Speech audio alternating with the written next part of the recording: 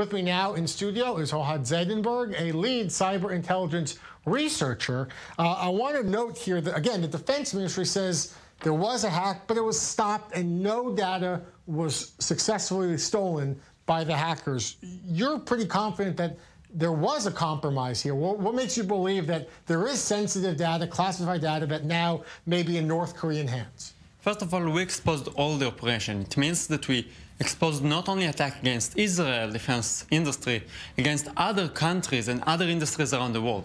Second, we believe that we found in the clients, in the victims that we searched the information in, we find at least 2 deployments of malwares inside the infrastructure of the organization. It means that we discovered an actual malware of the North Korean threat actor inside the specific organization. So we believe that they succeed to infiltrate some of the organization, and we saw the large amount of this campaign. It was conducted by hundreds of more dozens of LinkedIn profiles around the world, targeting multiple countries around the world. Yeah, this is a kind of a hack, right? I'm not a computer expert, but it appealed to individuals' personal ambition, right? Because it's not like they hack into the system through they put in new code or go in through a back gate. They reached out through LinkedIn, pretending to be headhunters and corporate recruiters, trying to get people maybe to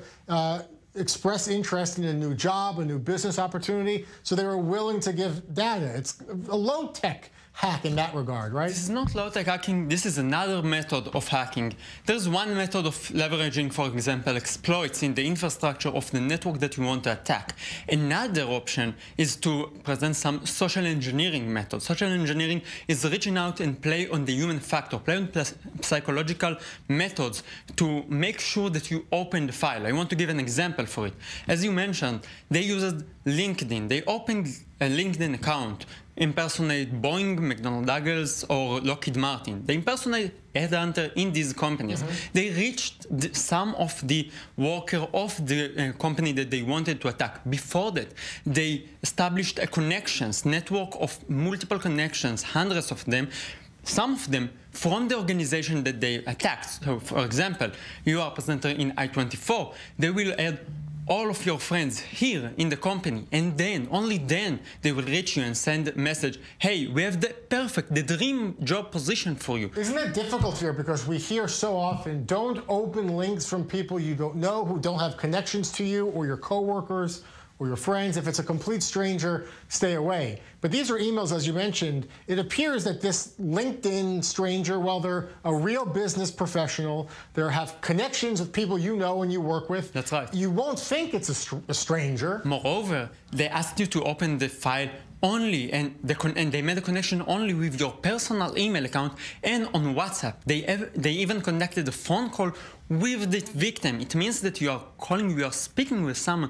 You're not suspecting that if you spoke with someone on the phone and his English is not very well, but he's fine. Yeah. You believe him. You want the job. This is not the first country that looking for job-seeking operation. Iran did it the same, and most of the people fall for this because they really believe that someone offered them a dream job. This is really dangerous, and people need to think that might be not a sophisticated technological sophistication, but the human factor is very, very important in cyber attack. Guard against this. I mean, we see these are really serious hacks, really sophisticated.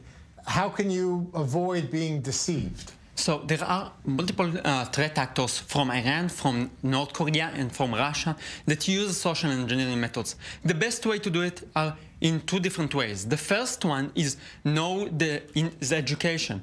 Learn the methods, read reports of them in our website, for example, as Dream Job Operation Report or other, the cases are back in town about the Iranian or missed department by Threat Connect. These reports explaining the methods of impersonation. What is the TTP, what is the tactic and the procedures that the attackers do in front of you? How do they speak? What they want to do? For example, the Iranian want you to participate in a webinar. If you know that and you see the name of the magazine and a webinar, you can suspect. The other way is to search. Someone is tricking me, I want to validate the information. For example, if someone is reaching me from Boeing, I want to know if this is a real profile or someone that in person. I want to check if it's the Boeing company or Boeing in details of the really victim. do your research here is important. Do your research, and most important, educate. Read reports about it. Know what is the social engineering common methods right now. Yeah. This is the best way to get protected from this attack. Oh, great to have you here in studio. Thank you for your expertise and for being with us. Thank you.